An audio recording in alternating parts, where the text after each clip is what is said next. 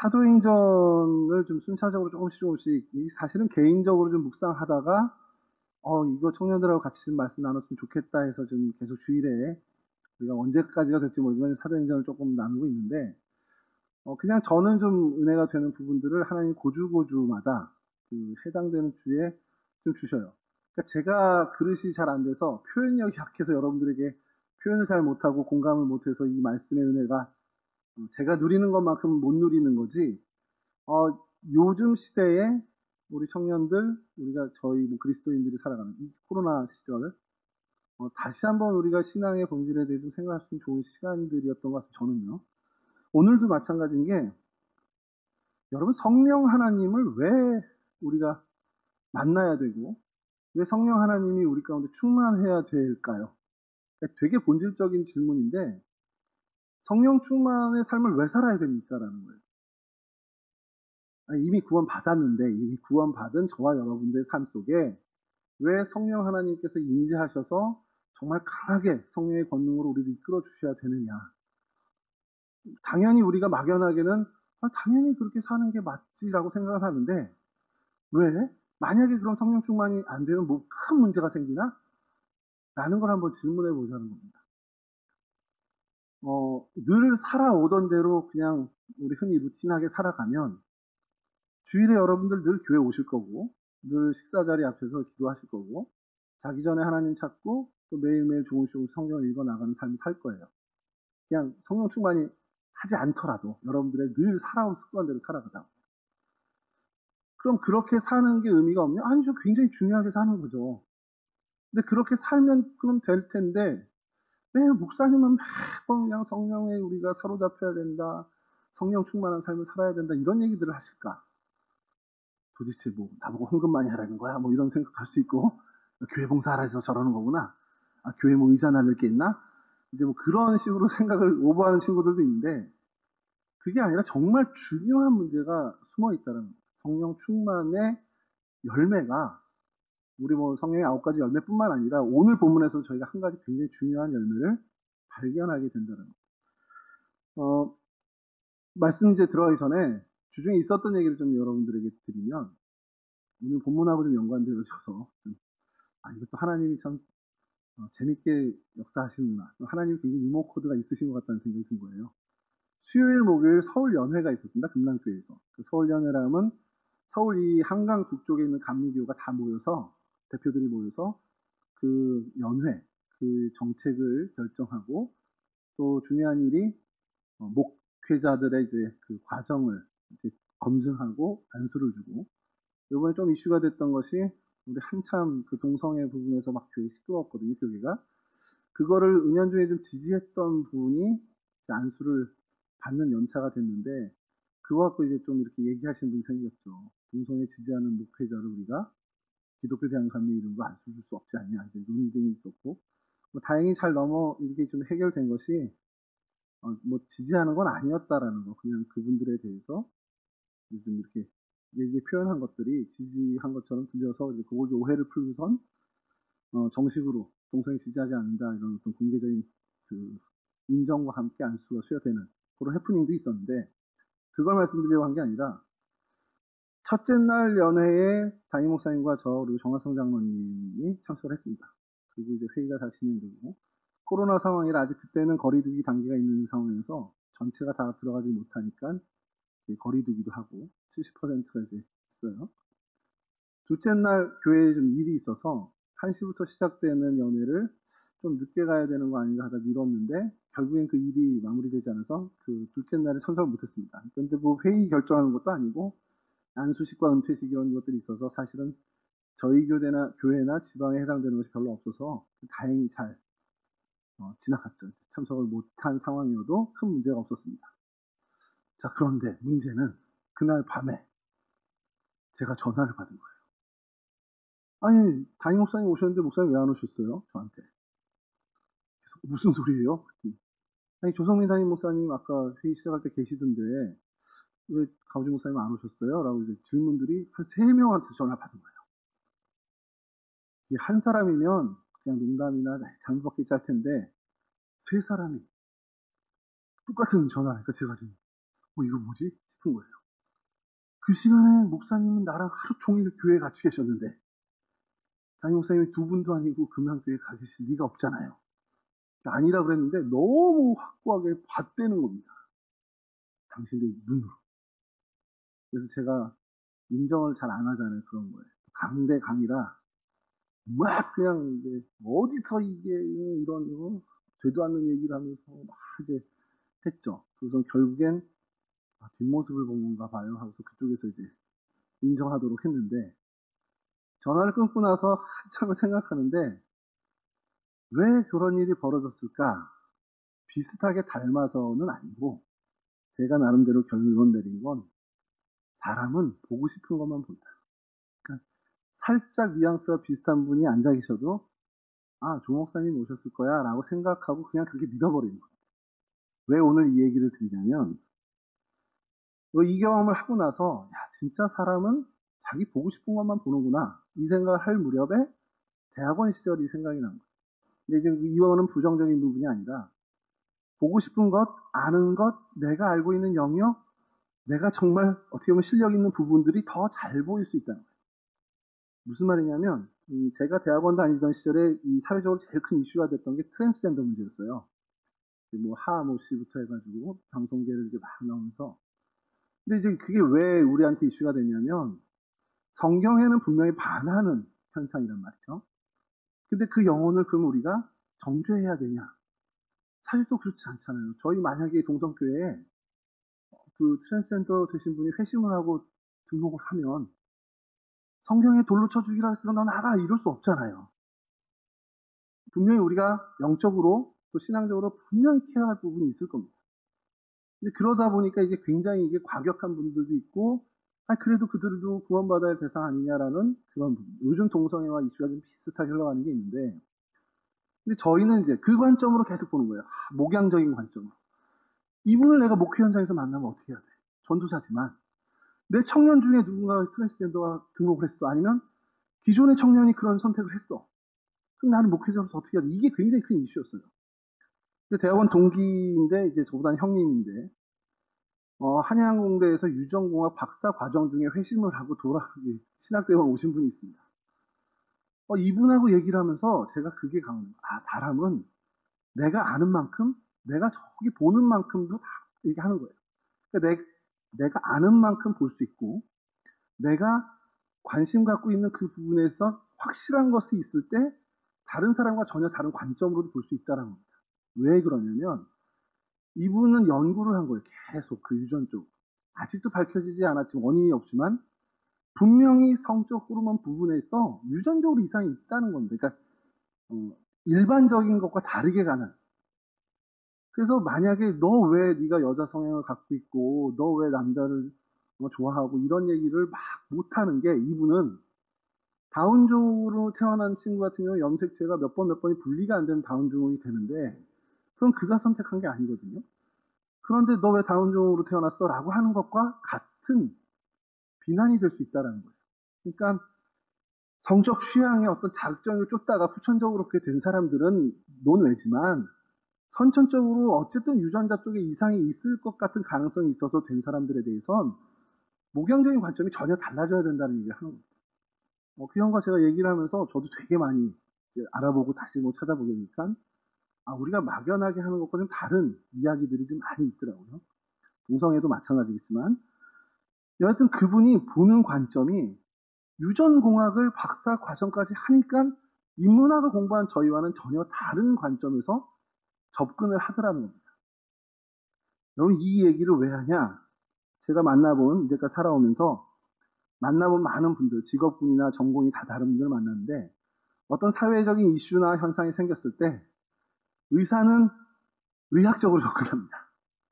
법률가는 법률가적인 입장에서, 문학가는 문학적인 입장에서, 저희처럼 성직자 목회자는 목회적인 입장에서 그 관점을 보고 접근하는 경우가 정말 많아요. 똑같은 일이 벌어졌는데 학생은 학생의 입장에서 그 일을 보고요. 직장인은 직장인 입장에서 그걸 보는 경우가 정말 많습니다. 오늘도 이건 뭐 여담이지만 오늘도 우리 건축물을 저는 별로 잘 모르니까 건축법도 잘 모르고 그러니까 저게 저렇게 되나 보다 하고서 이렇게 보는데 우리 아시는 부장 선생님은 저거 이거 생길 수 있는데 하면서 여러 가능성들을 얘기해 주시니까, 확실히 다르게 보시는구나 하고, 제가 보는 것과는 한 차원 더 안을 아시니까. 그런 것처럼 뭐 제가 교회의 일은 또 권사님보다는 한꺼풀 안에를 설명해 드릴 수 있겠죠. 오늘 이 얘기를 왜 드리냐면, 사람들이 자신의 관심사나 자신이 보는 만큼에 대해서 그 현상을 보는데, 오늘 본문의 일이 그래요. 사도들이 오순절 성령 사건을 경험합니다. 그 많은 주님의 제자들이. 그러면서 서로 각기 다른 방언을 얘기하기 시작해서, 지난주에 말씀드린 것처럼 뭐 오늘도 잠깐 얘기했지만 하늘의 소리, 천사의 소리 못 알아들을 방언 말고 각양각색에 온 사람들의 언어로 이야기하는 걸 본 겁니다. 그 현상이 일어난 거예요. 자, 그 현상이 일어난 걸 봤을 때 갈릴리 사람들을 평소에 무시하던 사람들은, 야, 이 사람들 갈릴리 사람들이 어떻게 이런 일을 해?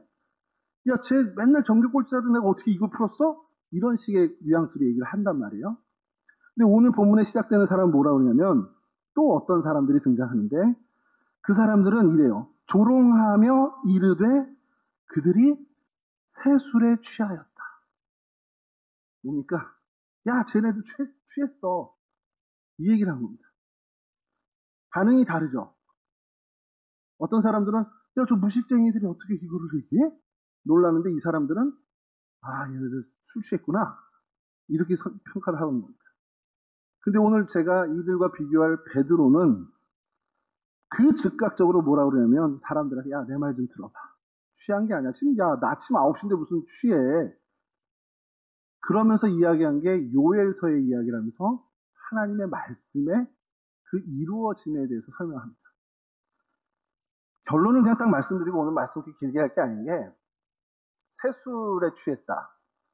이 사람들이 볼 때 이 현상은 이들이 평소에 갖고 있던 관점과 이들이 경험했던 그 경험치에서는 술 취한 현상으로밖에 안 보이는 겁니다. 왜냐하면 이런 거 본 적이 없어요. 살아오면서 성령이 임재해서 각양각색의 방언으로 이야기하면서 정말 논리정연한 복음을 증거하는 그 이야기, 이런 모습을 살아오면서 한 번도 본 적이 없는데, 그나마 그들이 경험한 거에서 제일 근접한 것이 술 취해서 막 정말 이해 안 되는 행동을 하는 거, 그거를 경험해서 그냥 거기에 빗대어 술 취했구나. 근데 여기에 재미난 것이, 술 취했는데 새술에 취했다고 얘기해요. 그냥 저 사람도 취했나봐 이랬으면 끝날 거를 왜 새술이라고 했을까? 이 사람들도 이제까지 봐온 취한 것과는 좀 다른 거예요. 이제까지 자기들이 경험한 술 취한 사람들의 모습과는 뭔지 모르지만, 설명할 수 없지만 뭔가 달라. 그래서 그냥 술 취했네가 아니라 새술, 우리가 모르는 새로운 술에 취한 것 같아 라고 이야기하면서 조롱을 하는 겁니다. 여러분, 이들이 왜 그랬을까? 이들은 자신들이 술에 대해서, 뭐 술꾼이라고 하긴 좀 그렇지만 술에 대한 관점과 이해를 갖고 있는, 그것만 갖고 있는 사람들이니까 그러니까 술과 전혀 무관한 사람들이라면 술에 대해서 생각도 안 했겠죠. 근데 술에 어쨌든 빠져서 술과 친분 있게 지내는 사람들이다 보니까 그 현상을 보고 술 취했다. 근데 이제까지의 술 취한 것과는 좀 다르니까 또 새로운 술인가 보다 하고 새술에 취했다라고 조롱을 한 겁니다. 자, 이 사람들이 한 부류가 나오고요. 그리고 이 일 위에 베드로가 일어나서 얘기를 하죠. 14절인데요. 베드로가 11사도와 함께 서서 소리를 높여 이르되 유대인들과 예루살렘에 사는 모든 사람들아, 이 일을 너희로 알게 할 것이니 내 말에 귀를 기울여라. 내 말 좀 들어보세요 하는 겁니다. 때가 제3신이 9시입니다. 오전 9시. 야, 지금 오전 9시인데 너희들 생각같이 취한 게 아니야. 이 얘기를 하면서, 그럼 뭐냐? 이는 곧 선지자 요엘을 통하여 말씀하신 것이니. 자, 베드로는요, 똑같은 현상을 보면서 이들은 쟤네 새술에 취했나 보다 할 때, 베드로는 같은 현상을 보면서 요엘서의 말씀을 생각해낸 겁니다. 왜 그랬을까요? 베드로의 주 관심은 하나님의 말씀이었습니다. 이 현상이 구약의 그 요엘서와 같네? 하나님이 미리 말씀하신 그 현상이 이거구나. 자신의 관심사가 하나님의 말씀이었고 주님과의 관계였고 복음이다 보니까 그는 그 현상을 정확하게 보는 관점을 갖게 됐더라는 겁니다. 여러분, 이게 굉장히 중요해요. 만약에 베드로가 주된 관심이 의학적인 지식이었다면 그걸 의학적으로 풀어냈겠죠. 어떤 뭐가 들어가서 그 성분이 체내에서 어떻게 막 이렇게 의학적으로 생각을 하면서 그걸 증명해내려고 했을 수도 있습니다. 만약에 문학에 몰입한 사람이었다면 그거를 문학적으로 표현하려고 했겠죠. 근데 그는 이 비웃음, 이들의 조롱, 세술에 취했다 하는 그들의 평가에 정말 즉각적으로 하나님의 말씀으로 응답했다. 왜냐? 그의 모든 관심이, 다시 말씀드리면 하나님 말씀에 초점이 맞춰졌던 사람이기 때문에 그렇다. 그럼 여기서 우리로 좀 관점을 좀 바꿔보죠. 여러분들의 주된 관심사 뭡니까? 여러분들의 관심사. 여러분들의 마음은 도대체 뭘로 채워져 있습니까? 만약에 여러분들이 동일한 그런 현상을 봤을 때 여러분들은 그 현상을 어떤 관점에서 평가를 할까요?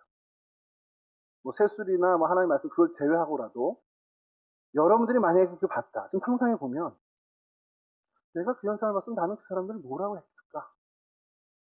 아, 저 사람들 심리적으로 불안해서 정신 이상이 왔구나. 조현병 초기 증상이다. 이렇게 했을 수도 있겠죠. 근데 그 모든 출발이 뭐냐? 내가 어떤 관심으로 어디에 초점을 맞추고 사느냐에 따라서 그것은 천차만별로 달리 나타난다는 겁니다. 여러분, 우리가 정말 그 말씀에 초점을 맞춘 말씀의 사람이 되어야 하는 이유가 우리가 말씀의 사람이 될 때에만 이 현상이, 이 일이 혹은 나에게 맞닥뜨려진 이 어떤 무거운 짐이든 모든 것들이 도대체 어떠한 의도로 하나님이 나에게 주신 것인가를 정확하게 볼 수 있는 유일한 방법이기 때문에 이 일이 왜 나에게 왔을까? 이 일이 왜 나에게 닥쳤을까? 그것을 정확하게 우리가 알아낼 수 있는 유일한 방법은 우리가 말씀의 사람이 되어서 바르게 분별하는 것밖에 사실 없다라는 겁니다. 여러분, 여기까지 잠깐 잡아두고요. 세술에 대해서 좀 여러분들에게 좀 말씀을 드릴 것이, 이건 이제 보충 설명이니까 그거 좀 들어주세요. 보통 술을 취하는 사람은 어떻습니까? 제가 뭐 제 친구들이 술 취한 것까지 보고 뭐 이렇게 같이 어울린 적은 별로 없어서 그냥 만약에 이렇게 하더라도 초반에 일단 나오기 때문에 그 끝이 어떻게 되는지 나중에 구전으로만 들어요. 아, 얘 어제 뭐 이렇게 했어. 야, 얘 어제 뭐 몇 시까지서 걔네들 표현으로 뭐 꽐라가 돼서 뭐 이렇게 됐다라는 표현들을 좀 듣는데, 그래서 제가 사랑을, 연애를 인터넷으로 배우는 요즘 세대들답게 술 취한 사람들은 도대체 어떻게 되는지 인터넷에 검색을 했더니 일목요연하게 정리된 글이 있습니다. 술이 취하면요, 일단 첫째 의식이 흐려진답니다. 그러니까 정상적인 사고나 판단이 불가능해지고요. 이건 뭐 그냥 저희 아는 거고. 두 번째 현상이 뭐냐? 말의 조리가 없어진답니다. 이건 좀 재밌더라고요. 그러니까 횡설수설을 하는데 술 취한 사람의 말이 진심이 나올 때가 많대요. 취중 진담처럼. 근데 나오는데 그 표현이 논리가 없고 조리가 없다 보니까 그냥 횡설수설로 들리고, 그래서 진정성 있게 다가가는 일은 거의 없다라는, 그러니까 반응이 그렇게 보이고, 세 번째는 뭐냐면 이제 외형적으로 보여지는 것이 자세 자체가 흐트러진다. 그러니까 술 취한 사람이 정자세로 앉아서 취하는 경우는 거의 없다라는 거고요. 그 다음에 이제 네 번째, 다섯 번째는 조금 이제 사람마다 정도의 차이가 나오는데, 많은 경우에 허세와 만용의 이야기를 한다. 허언증이 좀 생기는 거고, 그 다음에 다섯 번째가 중요한 건데 예의라는 게 없습니다.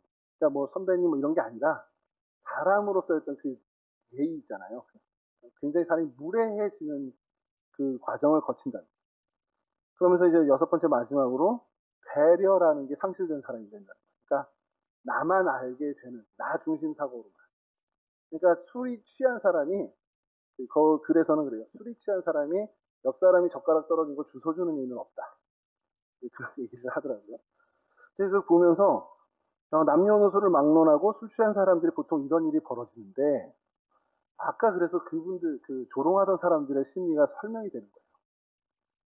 당시에 그런 술 취한 사람들을 늘 경험했던 이 조롱했던 사람들, 그들도 대략의 이런 모습들을 보면서 술 취한 걸 판단했을 텐데, 지금 사도들에게 임해서 다른 방언들을 이야기하는 사람들은 이에 해당되질 않아요. 특이한 현상이긴 한데 자신들이 지금까지 알고 있었던 뭐 자세가 흐트러진다든지 허언증을 부린다든지 예의가 없어진다 이게 아니라 오히려 더 또렷하고 정확하고 명료하게 그리고 예의를 갖추고 정말 배려심을 가지고 사람들이 신기한 기이한 현상이 일어나는 거예요. 그러니까 자기네들 범죄에 술 취한 건 아니니까 아까 말씀드린 것처럼 새 술에 취했다라고 할 수밖에 없다라는 겁니다. 근데 여기서 이 성경 주석이 참 재미난 얘기를 합니다. 새술, 이들이 얘기하는 새술이 글류코스라는 단어를 썼어요, 여기서요. 이게 뭐냐면 글류코스인데 어원은 글류크스라고 해서 형용사인데 이게 뭐냐면 달콤하다라는 달콤한 향기로운 여기서 나온 게 이 새술, 뭐 포도주에다 붙여 쓰기도 한데 그렇게 쓰는데 이거는 또 원래는 히브리어 티로쉬에서 그냥 파생된 단어입니다. 티로쉬는 뭐냐? 그 티로쉬를 이제 헬라어로 번역해서 이게 쓴 건데 이 단어가 되게 재밌습니다. 이 티로쉬가 갓 지어낸 새술을 지칭하는 단어인데 이게 어디서 왔냐? 야라쉬라는 단어에서 왔는데 이것은 차지하다, 점유하다라는 동사예요. 거기서 온 이 티로쉬는 그래서 새술이라는 의미뿐만 아니라 사로잡다, 마음을 사로잡다, 마음을 빼앗다 이런 단어를 쓰다. 왜 이 얘기를 설명하냐? 이 사람들이 이 본문 속에서 바로 제자들을 조롱할 때 이 티로시, 이 단어를 사용한 거라. 이 사람들이 뭔지 모르겠는데 술 취한 게 술 취했는데 뭔지 모르는 것에 이 사람들이 완전 사로잡힌 사람들이란 거예요. 완전히 현혹, 우리 표현으로 요즘 많이 쓰는 현혹, 사로잡히고 뭔가의 마음이 완전히 뺏긴 상태의 모습을 지칭하면서 이 티로시, 글류코스를 사용했더라고요. 근데 왜 성경에서 저는 이제 가끔 그런 생각이에요. 여러 단어들이 있어요. 근데 주님께서 성경을 우리에게 남겨주실 때 이 단어들을 어쨌든 유지하게 하신 거잖아요. 우리가 들을 때. 그러면 그것마저도 하나님의 섭리가 들어있다면 이 단어를 선택해서 이 단어를 쓰게 한 이유. 뭔지 모르지만 이 사람들도 신앙적인 그런 게 없는 이 사람들도 지금 제자들과 이 사도들이 뭔가에 완전히 사로잡혔다라는 것은 인정한다는 거. 그거는 보여진다라는 겁니다. 뭐에 사로잡혔는지 우린 잘 알죠. 그들을 실제로 사로잡은 게 뭡니까? 설교 처음에 말씀드렸지만 성령에 사로잡혔다. 그러니까 여러분 우리가 성령에 취하다라는 표현을 굉장히 문학적으로 기독교에서 많이 씁니다. 성령에 취하다. 근데 이게 사실상 헬라어 원문이나 히브리어 원문에는 굉장히 근접한 말인 거예요. 우리말이. 성령에 사로잡힌 거예요. 그 매력에 그 달콤함에 완전히 사로잡힌 거예요. 그러니까 성령이 이끄시는 대로 우리의 행동이 나올 수밖에 없어요. 그건 세상 사람들이 평가가 취했느니 뭐 쟤네 무식쟁이가 어떻게 저렇게 이런 평가 있더라도 그건 상관없이 성령에 취한 그 행동, 그 성령에 취한 삶의 모습 이걸 성경에서 우리에게 얘기하고 있습니다. 그게 왜 중요하냐? 이제부터가 중요합니다. 여러분 새술에 취했다라고 표현한 것처럼 성령에 완전히 사로잡힌 이 사람들이 나타난 현상 우리가 지난주에 배웠지만 뭐였습니까? 그제까지 대화가 안 되던 그 사람들과 그날까지도 소통이 안 되던 그 사람들과 대화가 되기 시작하고 소통이 시작했다. 어제까지도 이해가 안 되던 그 사람의 삶의 방식이 난 납득이 안 돼, 수용할 수 없어 하던 그 모든 것들이 성령에 사로잡힌 순간 소통이 되고 이해가 되고 수용이 되는 사람들로 바뀌었다는 거예요. 정말 천차만별일 수밖에 없는 사람들을 이해하기 시작했다는 거. 그러니까 그걸 이제 우리 신학적 용어로 사람에 대한 지경이 넓어지기 시작했다라는 표현을 쓰는데, 뭐 그 어려운 표현이면 그 제끼고, 어쨌든 소통이 시작됐다는 거예요. 사람과의 관계가 어쨌든 시작됐고 수월해지기 시작한 겁니다. 제가 지난 주 중에 이렇게 막 검색을 하다가 영상 하나를 추천을 받았어요. 근데 왜 그 영상을 추천을 받았냐면 그 드라마에서 한 대사가 나오는데 그거를 어느 심리학자가 이렇게 좀 설명을 하면서 종사역적으로 풀어낸 게 있어요. 핵심이 되는 그게 귀에 탁 박히게 된 대사가 뭐냐면 관계는 노동이다.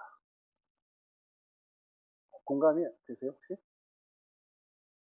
현대인들의 학생이든 직장인이든 사람과의 관계를 맺고 그들의 마음을 얻고 그들과 소통하고 하는 것이 모든 업무보다도 힘든, 정말 노동이라고 얘기할 수밖에 없는 그런 어려움이 있다는 겁니다. 뭐 시대적인 어떤 것도 반영하는 것도 있겠죠. 근데 이 심리학자, 종교사회학적으로 풀어내는데 뭘 얘기하냐?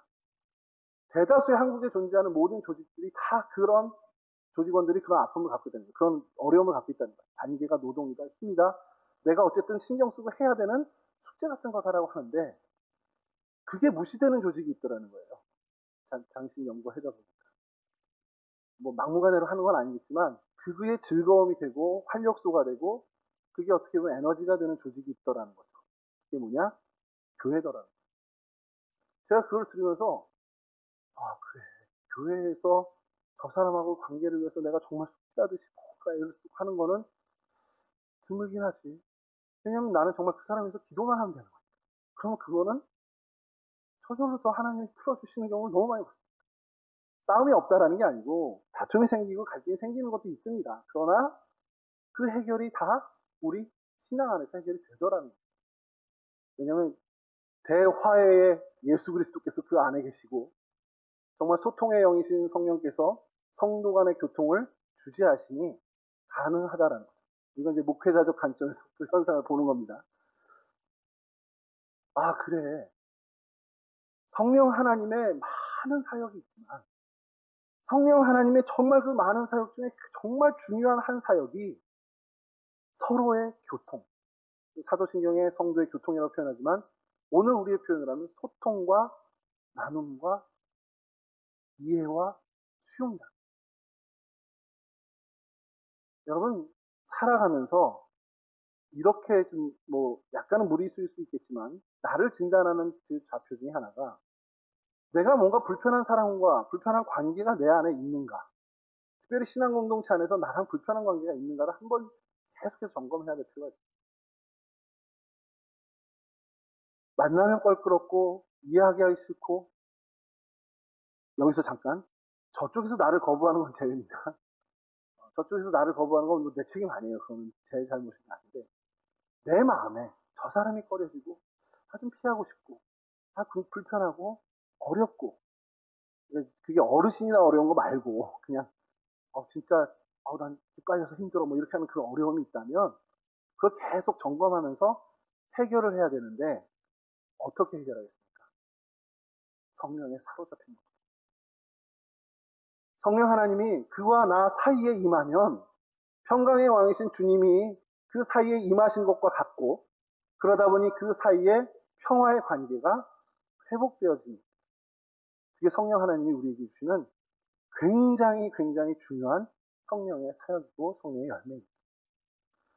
오늘 이 본문을 보면서 여러분 우리가 좀 관계를 다시 한번 생각하면 좋겠는 게 여러분들이 고민하고 있는 교회 내의 관계는 사실 없을 것 같고 제 생각엔 직장에서나 가정에서나 모든 교우나 친구들과의 관계에서 정말 그가 정말 범법을 저지르고 하나님을 역행하고 하는 사람이라 내가 그 사람과 교류하는 게 어렵다면 그거는 제외고 그냥 일상을 살아가는데 저 사람 나랑 살아온 배경이 너무 다르고 나랑 생각과 가치관이 다르고 신앙적인 부분이 달라서 좀 어렵다 한다면 그 부분에 대해서 여러분들이 좀 고민할 필요가 있다는 거예요.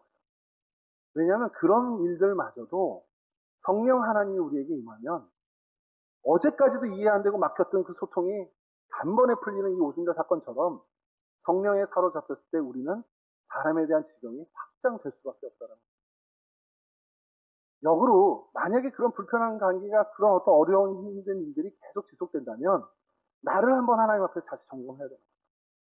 잠언 16장에 보면 굉장히 중요한 말씀이 있죠. 사람의 행실이 여호와를 기쁘시게만 하면 그 사람의 원수까지라도 화목하게 해줍니다. 저는 이게 하나님이 우리에게 주신 관계에 대한 굉장히 중요한 해결서라고 생각을 하는데 사람의 행위가 그러니까 내 행위와 나의 삶의 모습이 하나님을 기쁘시게만 하면 하나님이 어떤 응답을 주시냐 이 사람의 원수까지라도 화목하게 해주시는 은혜를 베풀어 주시다는 거예요. 그러한 성령 하나님의 인재가 우리의 삶 가운데 있다면 우리는 더 이상 관계는 노동이야 라는 얘기를 하지 않는 크리스찬으로 살아갈 수 있다는 겁니다. 마지막으로 한 예화만 드리고 여러분 말씀드리겠습니다. 어떤 목사님이 이혼 때문에 상담을 하셨대요. 그러니까 한 15년 이상을 같이 사신 분인데 오셔서 이혼을 좀 해야 될 것 같다라고 상담하셨는데 분위기가 보니까 이혼에 대한 당위성을 얘기하시면서 목사님으로부터 그럼 이혼하셔야겠네요 라는 답을 듣고 싶어서 오신 것 같더라는 겁니다. 장시간에 걸쳐서 계속 얘기를 들으시고 몇 가지를 물으셨대요. 그럼 집사님 정말 아내를 진심으로 사랑하세요? 물으셨다. 그러니까 뭐 당연히 사랑한다고 하셨죠. 그러면서 물은 것이 그럼 정말 아내를 위해서 울타리가 되어주고 있습니까? 그러니까 보호막을 좀 쉴드 쳐주고 오늘 우리 표현으로는 아내로 좀 쉴드 쳐주고 있어요. 왜냐하면 고부간의 갈등으로 시작된 이혼의 위기인데 쉴드를 쳐주고 계십니까? 라고 하면서 아내 입장에서는 이런 갈등이나 모든 상황 속에서 누구를 의지해야 되겠습니까? 라는 거죠. 남편이 이제 깨달은 게 있겠죠. 그러면서 이제 한 것이 추가적으로 질문한 것이 고부간의 갈등이 생기는 게 결국엔 이 며느리가 시부모님을 어떻게 보면 섬기는데 다 의무를 못했다라는 이제 생각을 하는 거잖아요. 이제 남편도 거기에 동의해서 이제 강의 이렇게 되는 거고 그런 생각을 갖고 있다면 그러면 남자 집사님은 처가의 장인 장모님한테 그만큼 하십니까라는 물었대요. 거기서 이제 할 말이 없는 거죠.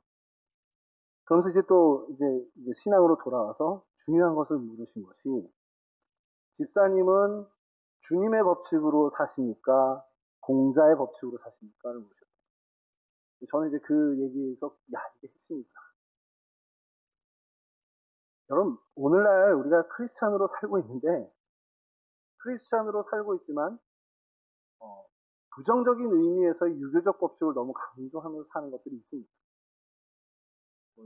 그렇다고 뭐 나이 드신 분들한테 무리하게 해서 이게 아니라 여러분 공자의 법칙이라고 하는 유교적 법칙은 장유유서입니다. 어쨌든 아랫사람이 윗사람을 섬기는 거죠. 주님의 법칙은요. 서로 종로로 타라. 근데 서로 종로로 타면 누가 더 잘하겠습니까? 저랑 저희 아들이랑 서로 종로로 타면 제가 잘할까요? 저희 아이가 잘할까요? 제가 베테랑입니다. 종로로 타는 건. 우리 아버지한테도 해봤고 어머니한테도 해봤고 형한테도 해봤고 저희 아들은 해본 적이 없잖아요. 하면 제가 더 잘합니다. 이건 뭐 얘기하냐? 큰 자가, 강한 자가, 높은 자가 섬겨주라는 거. 그게 뭐 종이 되라는 게 아니라 그 표현이 종이지. 아껴주고 보호해주고 울타리가 되어주고 사랑해주라는 겁니다. 여러분 남자와 여자의 그 원리 중에 제일 중요한 게요. 우리가 주례를 가끔씩 목사님 주례를 들으면 자주 나오는 건데 아내는 남편을 교회가 주님을 교회의 머리로 섬기는 것처럼 섬기라고 있어요. 거기까지만 하면은 나쁜 목사님. 하나 더 나가야 되는 게 남편은 아내를 어떻게 사랑하느냐? 그리스도가 당신의 몸인 교회를 사랑한 것 같이 사랑하라고 해요. 어느 사랑이 클 것 같습니까? 교회가 주님을 사랑한 사랑이 크다. 주님이 교회를 사랑한 사랑이 크다.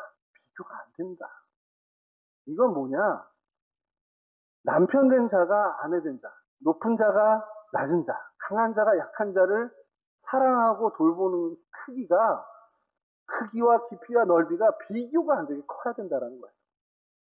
여러분 주님이 교회를 사랑하는 크기와 우리 동성교회 청년부가 주님을 사랑하는 게 비교가 됩니까?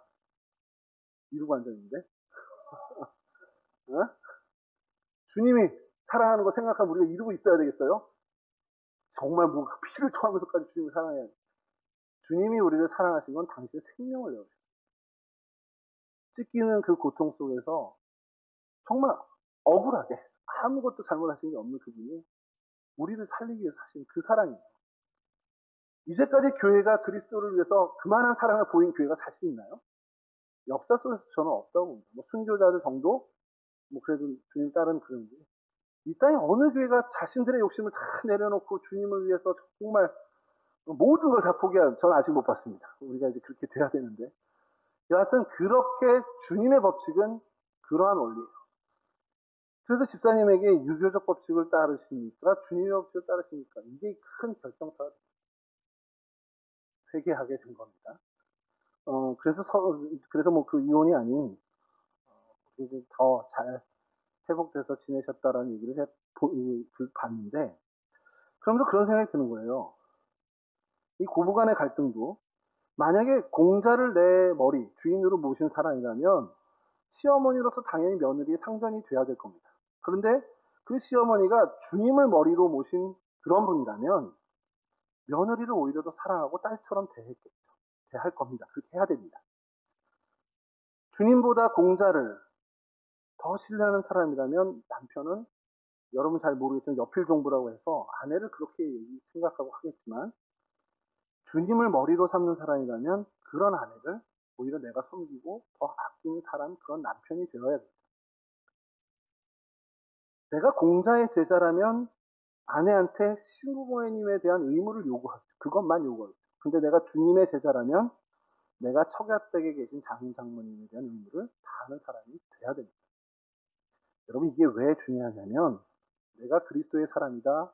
주님의 법칙을 따르는 사람이다. 이건 오늘 설교에서 달리 얘기한 내가 성령에 사로잡힌 사람이다라는 얘기입니다. 내가 성령에 사로잡힌 사람이라면 내가 정말 성령의 세술에 취한 사람이라면 이런 모든 관계, 살을 맞대고 사는 부부, 부모 자식 간의 그 고부 간의 이 모든 관계에서 나는 주님의 법칙을 이 땅에서 실현하는 사람으로 살아야 된다. 그게 사람에 대한 지경을 확보하고 사람에 대한 소통이 원활케 되고 관계가 회복되는 그러한 모습이다. 여러분 이게 왜 중요하냐? 성령의 능력이 아니고선 우리는 이 일을 해낼 능력이 없습니다. 여러분 보기 좋은 부부들이 있잖아요. 관계가 항상. 참 저는 그런 사람들이 뭐 뜨겁게 뭐 기도하고 이런 모습이 없다 할지라도 그 관계에서 서로를 희생해 가면서 그 소통을 아름답게 이어간다면 야, 하나님이 성령 충만한 사람을 인정해 주겠구나라는 생각까지도 해봅니다. 교회 안에 청년들을 보면서 많은 사람들을 즐겁게 하며 그들에게 정말 복음의 어떤 위로를 주고 난 저 형만 만나면 참 힘을 얻어. 저 형이랑 참 상담하고 얘기하면 다시 신앙생활 할 어떤 계기를 마련해. 근데 그 친구가 봐도 뭐 열심히 기도하는 것 같지 않고 막 이렇게 해도 그런 영향력을 주는 사람이라면 그 관계에서 정말 아름다운 그런 일들을 보여주는 사람이라면 저 사람이, 저 청년이 정말 성령 충만한 사람이겠구나라는 생각까지도 합니다. 성령 하나님께 사로잡혀서 정말 성령의 놀라운 그 소통의 역사, 교통의 역사에 정말 도구가 되는 그런 청년들이 되었습니다. 특별히 우리 동성교회 청년부의 모든 청년들이 관계를 힘들어하는 사람들로 살아가지 않았으면 좋겠습니다. 이 관계에서 오히려 성령 하나님의 주시는 능력을 얻고 그래서 관계와 이 소통에서 오히려 에너지를 얻는 그러한 정말 하나님의 도구, 성령의 도구로 살아가는 그래서 여러분들을 사용해서 하나님이 이 땅 가운데 하나님이 이루시고자 하시는 놀라운 평화의 일을 이루시는 주인공들이 되었으면 좋겠습니다. 그 시작을 여러분들의 가정에서 그 시작을 여러분들의 교회 공동체에 먼저 시작하시고 여러분들의 삶의 자리에까지 그러한 놀라운 소통의 은혜, 성령 하나님께 취해 성령의 역사를 일으키는 귀한 성령의 사람들이 되시기를 주님의 이름으로 간절히 축원합니다. 함께 기도하겠습니다. 참 좋으신 하나님 감사합니다. 저희들 가운데 하나님 은혜 주셔서 정말 하나님을 알게 하시고 또 하나님을 즐거워하며 하나님을 앙망하게 하여 주시니 감사를 드립니다. 하나님 우리가 더욱더 성령 하나님을 사모하게 하여 주시고 성령 하나님과 동행하는 그 귀한 일에 정말 최선을 다하는 하나님의 자녀들이 될 수 있도록 도와주시옵소서. 성령 하나님께서 우리 가운데 임재하셔서 우리가 정말 사람에 대한 지경이 확장되어지는 놀라운 일들을 경험케 하여 주시고 그 확장되어지는 그 놀라운 일들 속에서 아름다운 소통과 교통을 이루며 하나님의 선한 일들을 정말 가꿔가는 하나님의 거룩한 일꾼들, 하나님의 자녀들이 될 수 있도록 도와주시옵소서. 그래서 우리 청년들 한 사람 한 사람이 정말 사람을 만나고 그들과 소통하고 그들을 돌보는 그 귀한 일이 정말 수월하게 하시고 성령의 능력에 힘입어 할 수 있도록 도와주셔서 이들을 통해 하나님 사람을 살리는 하나님의 놀라운 일들이 아름답게 펼쳐질 수 있도록 도와주시옵소서. 각 가정에서 또 우리 동성교회 공동체에서부터 시작되길 원합니다. 우리가 함께 기도하며 이 일을 놓고 함께 힘 모아 하나님께 나아가는 저희 모두가 될 수 있도록 도와주시옵소서. 감사하며 예수 그리스도 거룩하신 이름으로 기도합니다. 아멘.